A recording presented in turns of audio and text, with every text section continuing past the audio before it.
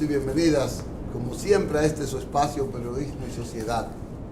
Un conversatorio horizontal, transparente, objetivo, para que reflexionemos y, con la ayuda de Dios, construyamos una sociedad mejor, pero para todos. Hoy es martes, ni te cases ni te embarques. Estamos a 28 de agosto y nos quedan 3 días para finalizar el 8º mes, entrar al último cuarto del año, los últimos 4 meses del año, que indica que llegó la Navidad. Y llegando la Navidad, finaliza el año. Y finalizando el año, entramos en el año preelectoral, en el año 2019, entramos en tantas cosas que nos llama a una reflexión para que ver si las cosas que están ocurriendo. Ustedes saben que hoy es un día internacional, un día que le toca a Isidro Toro recorrer el mundo con toda su sapiencia, incluyendo hasta donde Franco, que le toca ahí. El mundo político está convulso, está, para algunos de que se está poniendo claro, para otros se está poniendo más confuso, porque resulta que con el lanzamiento del presidente Leonel Fernández el domingo, y ese claro desafío al gobierno,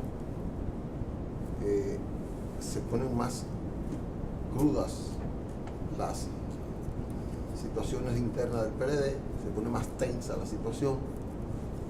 Anoche yo vi un grupo, yo me reúno los lunes con un grupo de PLDistas, pioneristas, y anoche se integraron 2 panelistas, y esos muchachos estaban de eufóricos por un triunfo mutuo. Uno porque Leonel había fracasado, y otro digo porque Leonel se había puesto los pantalones y había decidido enfrentar al poder, porque si no lo enfrenta con esa energía, lo pisotean. Oye, el criterio de no necesitaba demostrar que tiene voluntad.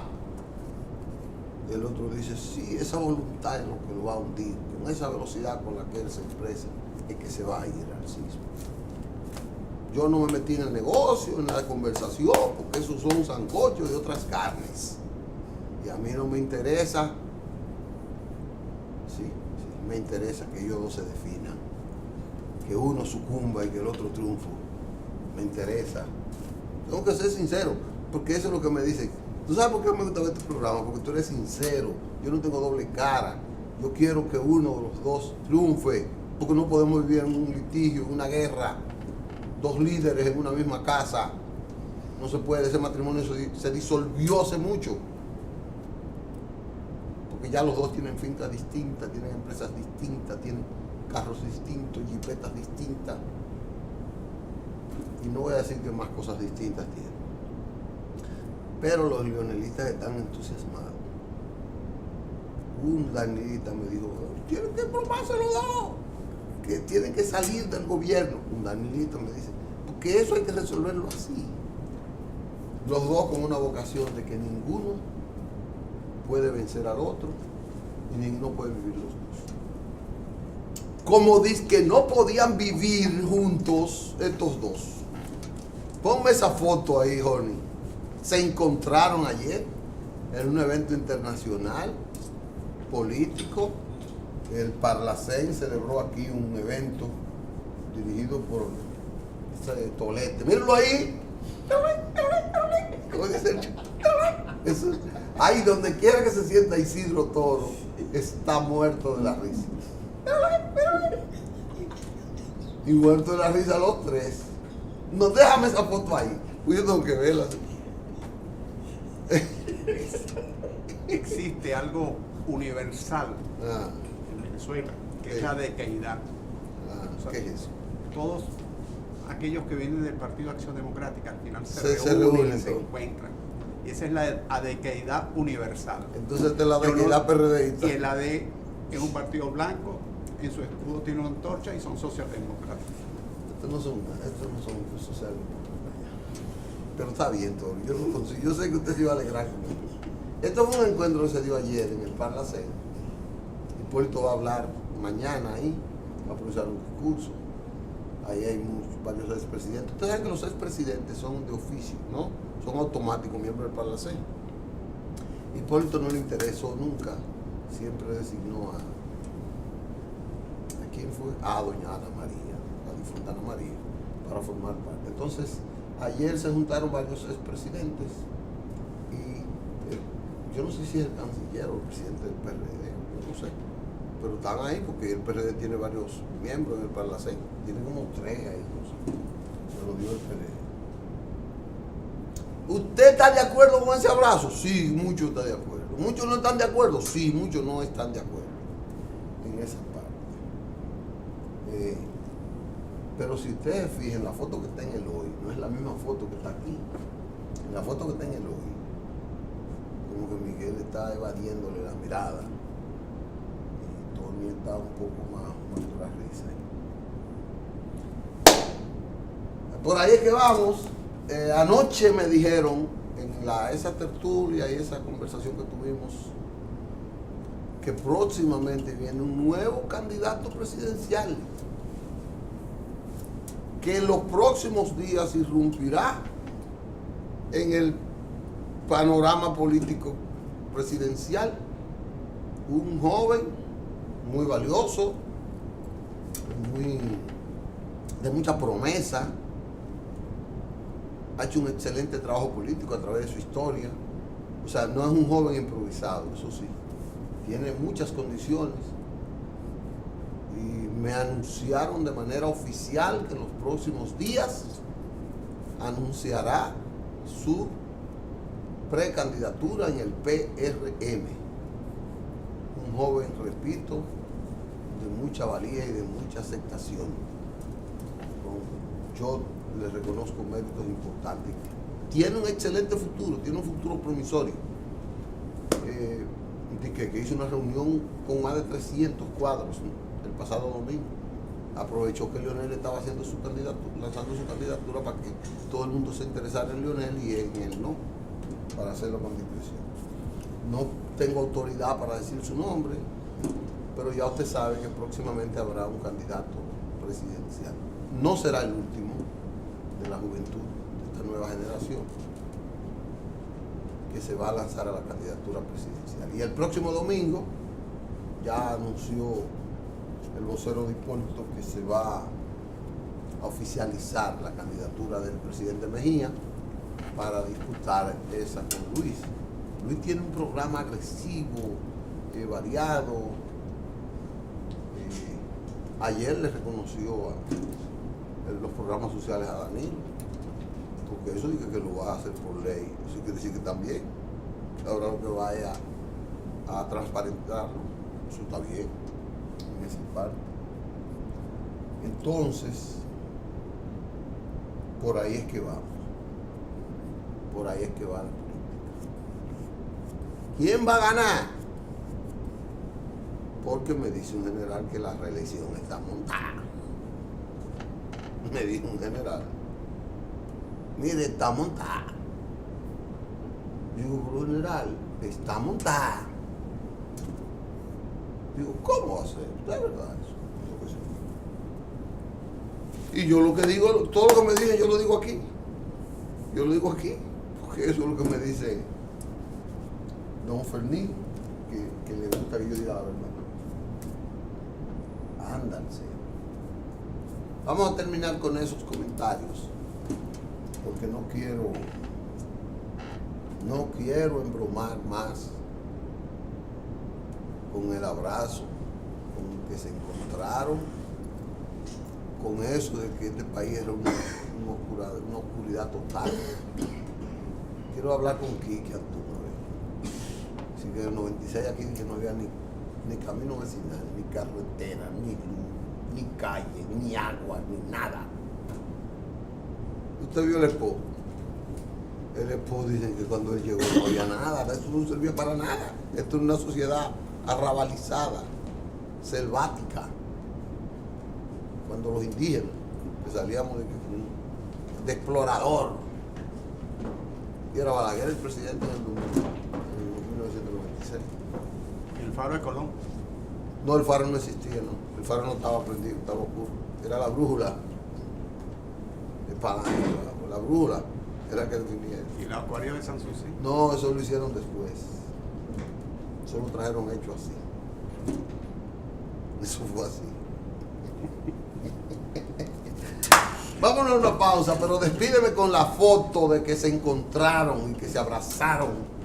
Y la gente me decía que sí, que se habían abrazado, que se juntaron. Yo nunca creo, no creo que se hayan juntado de noche. A ninguna hora. Tal fue un primer encuentro que se da. Dile a Johnny que me la ponga, dile que me la ponga. Sí. Esta es la foto ahí. Están ahí chocándose.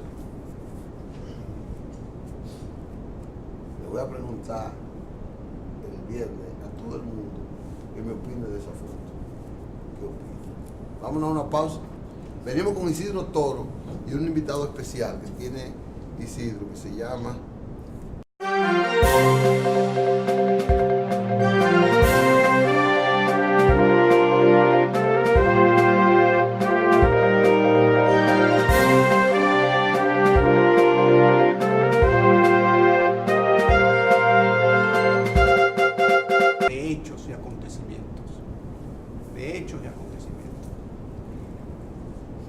Van hilvanando un suceso con otro y le van dando un significado. Muchas veces, por un interés actual, aplican criterios modernos a hechos que ocurrieron hace 100, 200, 300 años atrás y desvirtúan su interpretación porque hacen caso omiso de los modos, usos y costumbres de la moral de la época. Pero no es el tema que vamos a tratar hoy.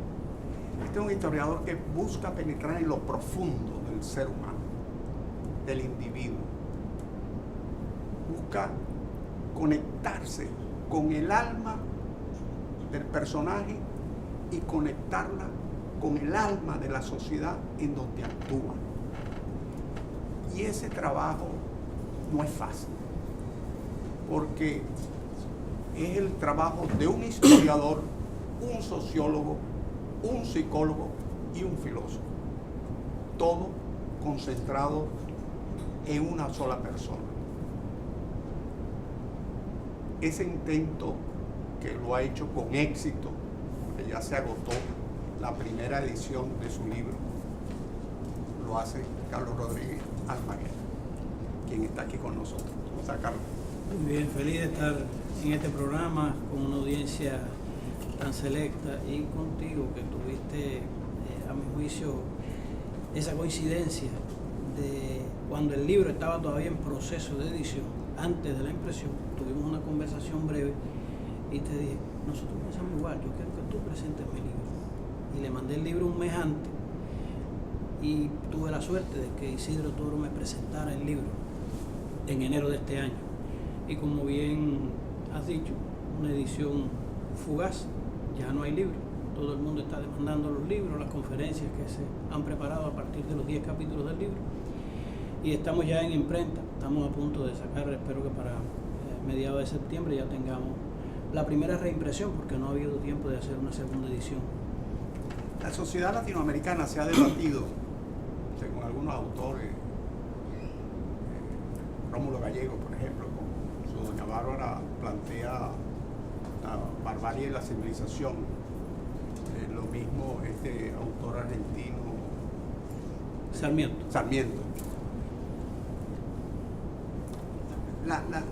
El hilo conductor de la historia de Hispanoamérica se ha debatido desde antes de la independencia de nuestros países, se ha debatido en esa lucha, barbarie y civilización.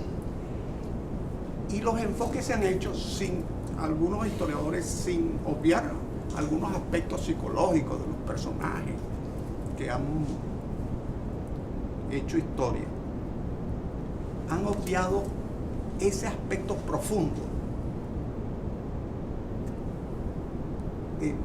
de lo que es esa dicotomía en los pueblos. Este libro se llama El ángel y la bestia construyendo al humano. ¿En qué medida la revolución tiene que ser primero a lo interno del ser humano para lograr una mejor sociedad. Como bien dices, el libro trata de resumir y de sugerir más que indicar, porque el libro está inspirado totalmente en la filosofía existencial, humanista de José Martí, que ha sido mi maestro de vida. Y Martí es uno de los que viene a poner coto a esa diferenciación, a esa pelea entre lo que se llamó civilización contra barbarie. Martí, en su ensayo Nuestra América, publicado en enero de 1891, dice que no hay lucha entre la civilización y la barbarie, sino entre la falsa erudición y la naturaleza. Él pensaba que la conquista y colonización de América había arrancado una página en la historia del universo, porque esos dos procesos, conquista y civilización, que siendo un antagonismo constituían un proceso, había truncado toda la filosofía, la espiritualidad, la cultura, el conocimiento que se había venido acumulando en los pueblos originarios de nuestra América, y que esa sabiduría había de ser tomada en cuenta. Martí, siendo hijo de españoles, habiéndose educado en España, no está de acuerdo con Sarmiento, por ejemplo, en esta dicotomía de civilización contra barbarie. Sarmiento, sabemos, un gran intelectual, presidente de la Argentina, admirador de Martí, a pesar de que no pensaban distinto, de que no pensaban igual, perdón. Sarmiento pensaba que la raza originaria de América, las civilizaciones originarias de América eran una rémora que impedían el desarrollo, la civilización de estos pueblos nuestros, y que todo lo que de malo teníamos nosotros se debía a esa raíz atrasada, semisalvaje de las civilizaciones precolombinas. Martí, sin embargo, repito, siendo hijo de españoles, habiéndose educado en las ciudades europeas y habiendo vivido la tercera parte de su vida en la Babel de Hierro, en Nueva York, Martí dice que nosotros descendemos de una raza original, fiera y artística, que la inteligencia americana es un penacho indígena y que América no echaría a andar hasta que no se echara a andar al indio, porque nosotros teníamos que venir de nosotros mismos y sudar nuestra calentura, que ningún pueblo ni ninguna cultura respeta a quien no ha sabido hacerse a sí mismo, porque esas otras culturas se hicieron a través de los años en medio de sufrimientos inenarrables y lograron esas conquistas. Venir a querer usufructuar esas conquistas sin haber padecido el dolor de haberlas descubierto, de haberlas elevado, eso, decía Martí, era una señal de cobardía. Y por lo tanto, en lugar de despertar admiración en esos pueblos que habían alcanzado esa civilización, entiéndase básicamente en su época Europa y Norteamérica, los Estados Unidos específicamente, iba a ser causa de que nos denostaran y nos viéramos como criaturas inferiores, criaturas oportunistas, cobardes que no eran capaces de sudar su propia calentura y de construirse a sí mismos. Esa es la gran dicotomía que se expresó a través de la literatura a lo largo del siglo XIX y del siglo XX también, desde, tomando como ejemplo aquella obra La Tempestad de Shakespeare, se crea, bueno, el concepto de civilización y barbarie de Sarmiento, el Ariel de Rodó, este mismo otro libro que tú explicabas aquí, hasta el gran ensayo Calibán de Roberto Fernández Retamar, que viene a fundamentar esta teoría de Martí de que cada pueblo y cada hombre tenía la obligación de forjarse a sí mismo, y de ahí su papel primordial otorgado a la educación de un pueblo y a la educación del individuo. Educación en el sentido estricto de instruir el pensamiento y dirigir los sentimientos, porque se ha tomado de una manera bastante estrecha el tema de educación y se asume que dar instrucción es suficiente y ya eso sirve para educar. No, instruir es, decía José de la Luz y Caballero, un gran maestro cubano, instruir puede cualquiera, educar solo quien sea un evangelio vivo. Había que educar los sentimientos. El mundo no está mal porque falta inteligencia, en el mundo sobra inteligencia. Lo que falta es buena voluntad, lo que falta es sentimiento, sensibilidad ante los problemas de los demás. Lo que falta en el mundo es carácter. Decía Martí, en América inteligencia tenemos más que guásimas, carácter es lo que necesitamos. Entonces el problema no es desde el enfoque de Sarmiento existe una discriminación hacia los aborígenes. Ojo, los europeos fueron aborígenes en su momento. Pero claro, por eso. Los asiáticos. Por eso Martí se indigna. Sarmiento era argentino. Sí. Perdón, Argentino. Francés de pensamiento. Ah, bueno, claro. Ahora, el punto es que no es un problema, y es lo que entiendo de su libro, Sí. que el problema no es un problema de raza, de credo, sino de construcción interna, de colocar el ángel frente a la bestia. Ahora, ¿qué significa el ángel? ¿Y Bueno, qué significa la bestia? correcto. De acuerdo a su... Martí explica que, tomándolo por supuesto de todas las filosofías anteriores a él, yo decía en la presentación del libro que nada de lo que hay en el libro es mío. Yo lo tomé al vuelo de todas las lecturas y de todos los saberes que andan dispersos en el mundo y que no pertenecen a nadie, sino que pertenecen a todos. Y en esas filosofías, tanto la filosofía originaria norteamericana como las mismas filosofías originarias suramericanas y las mismas filosofías asiáticas, se dice que dentro del ser humano, desde que nace hasta que muere, luchan a muerte un ángel y una bestia. ¿Cuál de los dos va a triunfar sobre el otro? El que nosotros alimentemos mejor. ¿Cuál es el proceso de alimentar al ángel o de dejarle riendas sueltas a la fiera? Arranca desde que nacemos. La familia, que es la primera escuela del hombre.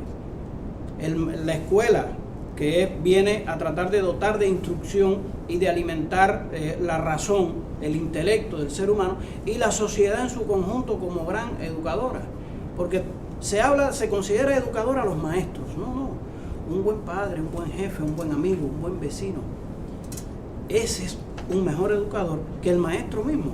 El maestro puede dar una excelente clase de ética en la escuela, pero cuando el muchacho sale a la calle y ve los desastres que ocurren en la calle, ya el maestro perdió, porque el ser humano es un animal de costumbre.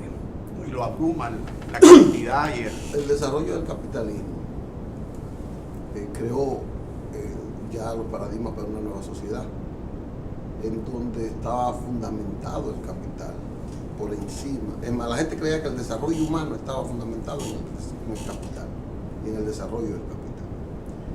Contradice esto, esta modernización de la civilización actual, que dice que, bueno, estamos perdiendo la sensibilidad, estamos perdiendo la humanización, estamos perdiendo a través de la tecnología, con el enfoque priorizado en la tecnología. Eso quiere decir que estamos dándole vida a la bestia por encima de nosotros el ser humano. Hay una parábola que en el libro se explica para responder a tu primera pregunta, que se quedó un poco en el aire y que tiene que ver con esto que usted me acaba de plantear, que es la historia aquella de un científico que tiene que llevarse a su niño pequeño a su laboratorio porque no tiene con quién dejarlo, y para entretenerlo, para que no lo fastidie en su trabajo, rasga el mapa del mundo, una hoja con el mapa del mundo en varias partes, y le dice: ven, ármame este rompecabezas, para que se entretuviera el muchacho allí y lo dejara hacer su ciencia, sabiendo que un muchacho de 5 o 6 años no iba a poder armar aquello y ya iba a tener para entretenerse. Pero su sorpresa fue que a los pocos minutos el niño va y le dice: ven, papá, que ya arme el mundo. Correcto. Y el hombre incrédulo va para allá pensando que aquello estaba mal, y cuando llega allí se da cuenta que cada país está en su sitio. Y se asombra el padre y le dice: pero ¿y cómo es posible que tú tan pequeño sepas cómo está armado el mundo? Y el niño, con esa cara de pícaro con que los niños suelen mirar a los mayores cuando los agarran fuera de base, le dice: mira, papá, tú no te diste cuenta que por la parte de atrás de tu mapa estaba la figura de un hombre dibujada. Y yo no sé cómo está hecho el mundo, pero sí sé cómo es el hombre. Viré todas tus hojas, armé el hombre, y cuando le di vuelta estaba armado el mundo. Si queremos que haya paz en el mundo, tiene que haber primero paz en los seres humanos. Si queremos que haya un mundo mejor, tenemos que hacer criaturas, seres humanos mejores, que son los que pueden construir un mundo mejor. Si seguimos enfocados en hacer un mundo mejor, pero no le ponemos atención al ser humano, que puede hacer ese mundo mejor o peor, como lo ha hecho, en el daño que le hace a la naturaleza, en las injusticias que se ven a diario en todas partes y desde todos los puntos de vista, en el afán y el celo que ponemos, como hablábamos en estos días el maestro Isidro y yo, en nuestros deberes humanos, en nuestros derechos humanos, pero no ponemos el mismo énfasis en nuestros deberes humanos, al punto que tenemos una declaración universal de derechos humanos, pero no hay una declaración universal de deberes humanos, y cada derecho que usted tiene trae consigo, como el yin y el yang, como la noche y el día, como el blanco y el negro, el bien y el mal, un deber intrínseco. Y así como usted tiene el derecho humano de que le respeten su vida, trae consigo el deber humano de respetar la vida de los demás. Juárez, y en la idea de que entre los pueblos como entre las naciones, en los hombres como en los pueblos, el respeto al derecho ajeno es la paz. Benito Juárez, a quien el Congreso Dominicano en 1867 declaró benemérito de la América, que mucha gente no lo sabe, que fue el Congreso Dominicano el 11 de mayo del 67, quien declara a Benito Juárez benemérito de la América, por su victoria frente al imperio de Maximiliano I de Austria. Entonces, el caso es ese, es que hay que mejorar al ser humano, hay que tratar de formar al ser humano, para que no pierda humanidad. Y en cuanto a la tecnología y a la ciencia y a la técnica y su desarrollo, la ciencia y la técnica han venido desarrollándose a medida que se ha ido acumulando el conocimiento humano, los saberes humanos. Pero el ser humano sigue siendo el mismo. No importa que hoy tengamos internet, que tengamos aviones, que nos desplacemos a mayor velocidad, el ser humano de Pericles acá no ha evolucionado nada. No nos ha salido la tercera lengua, gracias a Dios. No nos ha salido el ser humano físico. El ser humano físico, pero hay un ser humano. El ser humano racional. Pensamiento, racional, pero fíjate, que es diferente. Lo que pasa es que el ser humano no es solo pensamiento, no es solo razón, es sobre todo sentimiento. Lo que nos hace humanos no es la capacidad de razonar solamente, es la capacidad de sentir. Y cómo reaccionar ante las emociones. Por eso, cómo embridar las emociones, cómo embridar los instintos de la bestia, de la criatura biológica que somos, cómo embridarlo, porque si no se logra embridar esos instintos, el que tiene hambre va y se come lo primero que ve, o el que está disgustado le entra a pescozones o a piñazos al primero que se encuentra. ¿Cómo tú embridar esos instintos que te van a acompañar hasta el último día de la vida? Solo embridando esos instintos, con reglas morales, con código, que el código penal de un país cualquiera no es otra cosa que un grupo de leyes, de valores morales generalmente aceptados, que la sociedad no se puede dar el lujo de que se violen y las pone en categoría de ley para poder sancionarlo. Es eso el código penal de un país. El desarrollo de las naciones está fundamentado en el respeto a esas leyes. Por eso, las naciones que más han respetado sus leyes han desarrollado y que más han respetado, como usted hablaba de Martín, sus antepasados, sus orígenes, son las naciones que logran una consolidación mejor de su desarrollo. Correcto. Quien no lo hace así le es más rezagado. Te queda en la caverna. Y el otro tema es la tecnología, la ciencia y las herramientas que el ser humano ha creado en su desarrollo para vivir mejor, para hacer más factible su vida, más cómoda y poder resolver mejor sus problemas. Ahora, habiendo creado esas herramientas para que sean de utilidad nuestra, muchas veces hemos convertido a las herramientas en una suerte de dioses apócrifos y nos hemos convertido nosotros en esclavos de la herramienta. Una computadora y un billete de $100 son mercancías los dos.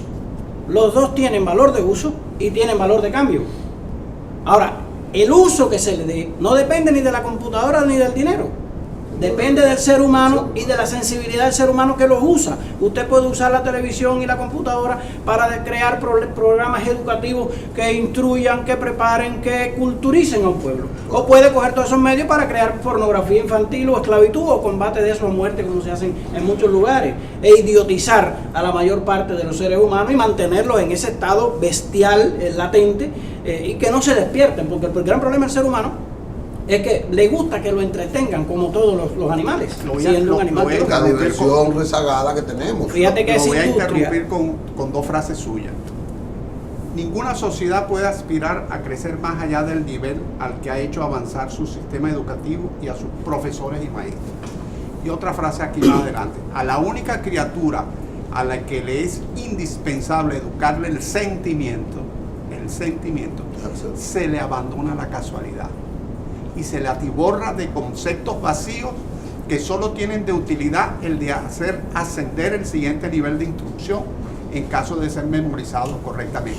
El problema de hoy en día de la tecnología es que atiborramos a los muchachos de tanta información, problema que no teníamos nosotros, porque en su época y en la mía no existía la computadora. Información que no la van a usar. Y entonces el gran problema es separar el grano de la paja. Así. Ese es el gran problema. Y mira, y es un problema existencial que se le crean a los muchachos. Por eso tú ves algunas conductas que son incomprensibles para nosotros, pero para ellos sí, porque tienes 10.000 información, abres este aparato y te bombardea, y tú no sabes y te vuelves loco. En el libro se dice también que nunca el ser humano tuvo a su alcance mayor cúmulo de información y de desinformación, y nunca estuvo tan peor preparado para eso. Porque bueno, hoy el que más sabe... Porque el crecimiento de la información en función de la actividad del hombre ahora es un crecimiento exponencial. Correcto. Entonces hay un rezago, hay una lentitud en la formación del hombre. Correcto, pero la solución no está en hacer lo que los esclavos de la antigüedad, de culpar a las máquinas de su infelicidad y destruir las máquinas, o destruir el conocimiento, o destruir lo que se ha creado en ciencia y tecnología. No, la solución está en preparar mejor al ser humano para vivir acorde a la época en que vive. Dotarlo mejor de herramientas para poder extraer de ese cúmulo bárbaro de información y desinformación que tiene aquellas informaciones que mejor le sirvan para construir su proyecto personal y el proyecto colectivo donde vive. Mire, doctor, tenemos que ir a una pausa, pero ahí es que está el dilema. En que la sociedad nuestra actual cree que preparar a ese hombre es llenarlo de ese cúmulo, de esa tecnología, para poder tener mayor conocimiento, mayor cantidad de información que él no puede digerir, que él no puede elaborar. Vamos a hablar un poquito del tema de la escuela. En el otro segmento. Pero sí, se puede llegar a un estado orwelliano también. Claro. ¿Usted cree? Enajenación total. ¿Usted cree? Vamos a hablar de eso en la pausa y en una conferencia que va a dar el profesor. Vamos a irnos a la pausa y volvemos entonces, porque creo que este programa está muy interesante, este programa está muy interesante para la conciencia. Y que hoy, y lo voy a decir ahorita, hoy que hay un escrito de la ministra de Educación Superior, donde resalta la necesidad de adecuar al profesor con los recursos necesarios para que haya un mejor producto en la universidad. Nos vemos en breve.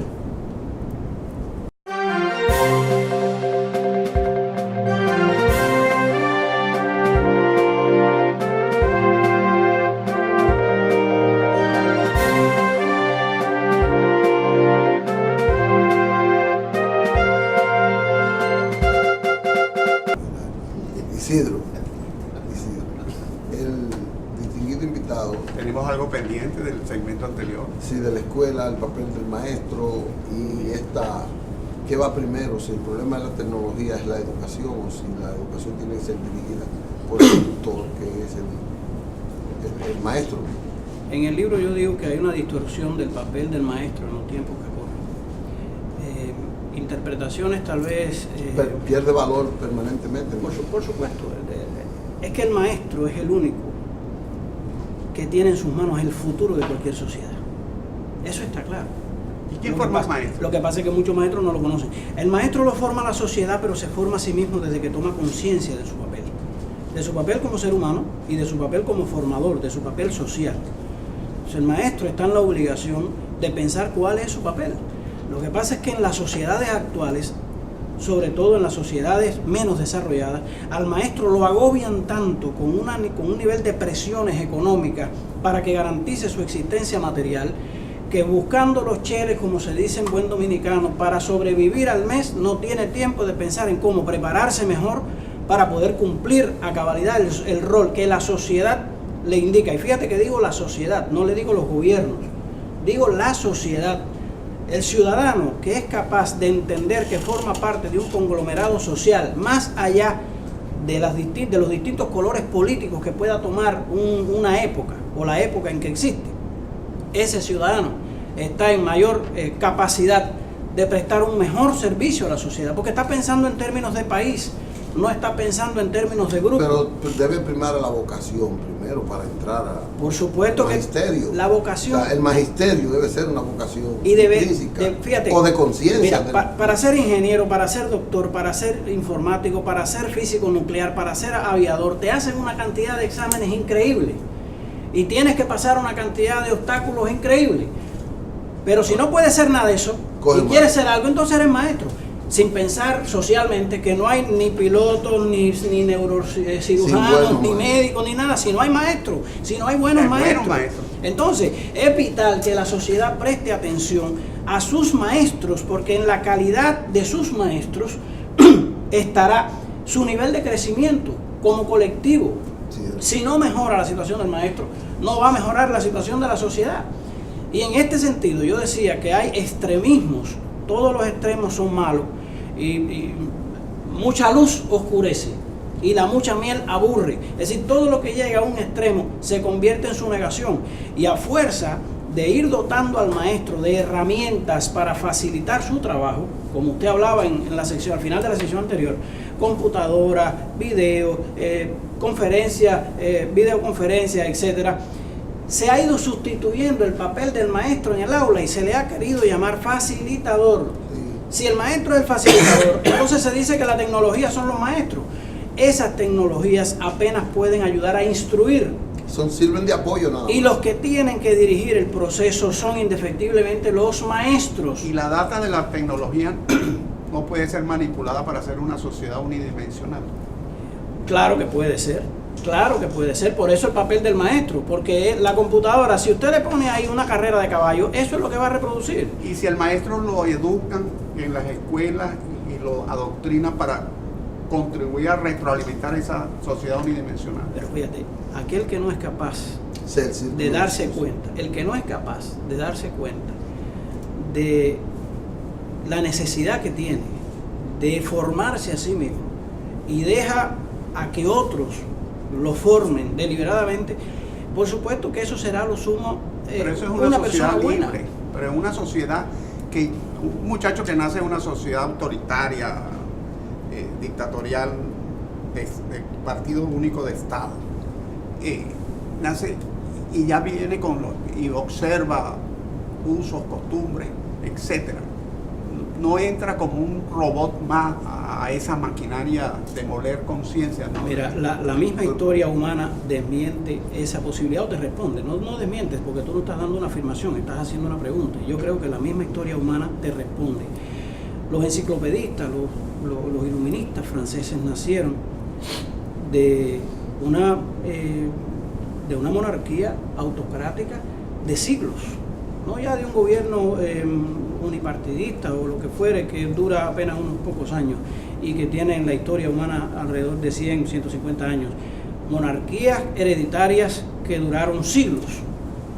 Y en medio de esas monarquías autoritarias que duraron siglos, surgieron los enciclopedistas franceses. Dieron el paso de avance. Es decir, la tiranía fomenta, dice Martí. Siempre hay esperanza. Dice Martí que la tiranía fomenta las virtudes que la matan.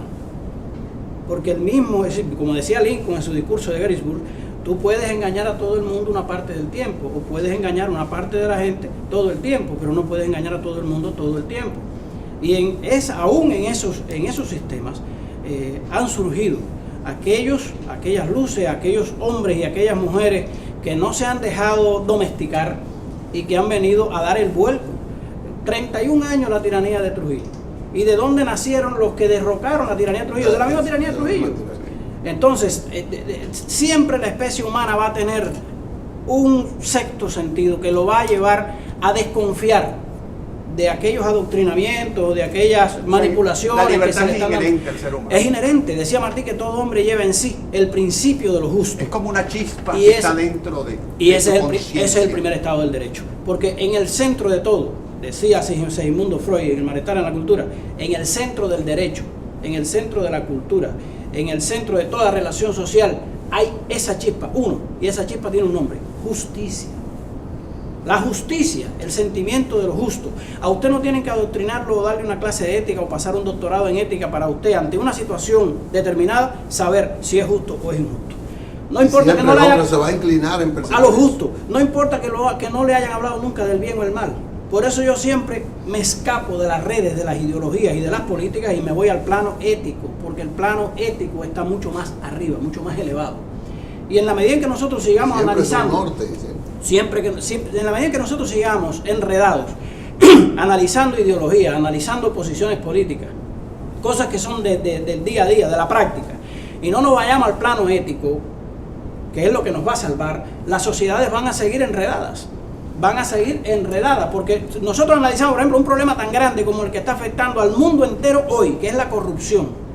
Analizamos la corrupción desde el punto de vista ideológico, desde el punto de vista político, pero no lo analizamos desde el punto de vista ético, desde el punto de vista moral. En el libro lo aclara muy bien. Lo que hace a una persona, primero, nadie se acuesta honrado y se levanta corrupto. No. En la corrupción es un proceso que empieza de menos a más. Y se dice claramente que lo que lo hace a usted corrupto, o lo que lo hace ladrón, que es una de las manifestaciones más de la corrupción, lo que lo hace ladrón no es el volumen de lo que usted se robó. Es el hecho de que se quedó con algo que no es suyo, no importa si es este libro o es $1 millón del erario público. Entonces las sociedades nuestras, en función de la parábola de la rana hervía, que aquí también se habla, se han ido anestesiando en cuanto a corrupción y consideran corrupción cuando se roban $10 millones del erario público, pero no consideran corrupción el hecho de que él mismo está vendiendo su voto o está comprando un voto. Es decir, se corrompe el que o le está robando el teléfono a su hermano. El grave problema de las ofertas políticas, quedándonos en el plano ético y sin hablar de partidos, de la oferta política, es que tú puedes hacer una oferta muy bonita, pero si la gente que va para la administración pública no tiene esa tesitura moral y tú la autoridad suficiente para reclamar el nivel ético para el ejercicio. Estamos hablando de que si los maestros tienen que concentrarse y los padres tienen que concentrarse, el papel de la familia, no hemos hablado aquí del papel de la familia sigue siendo la célula base de la sociedad, de la familia. ¿Qué es un país sino una sociedad a mayor escala? ¿Qué es el presidente de un país o el gobierno de un país sino las autoridades de la casa? Para usted dirigir una familia tiene que ser policía y ministro de Interior para saber cómo organizar la cosa. Tiene que ser ministro de Comercio, tiene que tener ministro de Inversiones, tiene que ser Relaciones Públicas. La conferencia, que no se nos vaya el tiempo. Sí, ¿cuándo va a ser la conferencia? ¿Cómo es el ciclo de conferencias? ¿Cuál es el programa? ¿Cuál es la dinámica? Bueno, la idea es, partiendo de la aceptación que ha tenido el libro y de las conferencias que se han dado, hemos organizado 10 conferencias en el proceso. ¿Cuál es el proceso de formación integral del ser humano? ¿10 conferencias en secuencia? Sí, en secuencia, sobre cómo es el proceso de construcción integral y de formación integral del ser humano. Porque se habla de la formación, mucha gente habla de la formación profesional, pero la vida es demasiado breve para uno tener un proyecto de vida profesional y un proyecto de vida personal. Usted tiene que llevar como la hélice de ADN, usted tiene que llevar un solo proyecto de vida que incluya lo profesional y que incluya lo personal. No, y que lo del personal absorba, o sea, tenga como expectativa lo del profesional. Por supuesto, porque... ¿Y cuándo comienzan esa conferencia? Bueno, ya están empezando poco a poco. Tengo entendido que estás haciendo algo con la Facultad de Humanidades de la universidad. Estamos proponiéndole a la Facultad de Humanidades de la UAS el ciclo de conferencia. Tuvimos también preparando con algunas escuelas, algunos maestros. Y déjeme decirle que el profesor es maestro masón. Ayer saludé a su amigo, a Osiris. Está cumpliendo la masonería dominicana 160 años este año en octubre. Sí. Bueno, y en la Gran Logia no piensas dar esa vamos a preparar en la el que está viendo este programa, ¿cómo se beneficia de manera personal yendo a esa? Bueno, pendiente, nosotros tenemos una página web y un sitio web. Yo le mandé al maestro un pequeño video promocional de 2 minutos que en cualquier momento, si ustedes lo tienen bien, pueden pasar. Una orden. Sí, y ahí están todos los sitios donde pueden contactarnos, los correos, el sitio en YouTube, el canal de YouTube, todo lo demás, para poder organizar ese ciclo de conferencias. Que puede ser una conferencia sobre todos los temas al mismo tiempo, o puede ser un ciclo de talleres donde se puedan explicar al detalle estos fenómenos. De este libro está surgiendo otro libro más que se llama La educación como formación humana integral. Vamos a involucrarnos en eso. Vamos a invitarlo al próximo programa, porque aquí quedaron muchos temas por atender.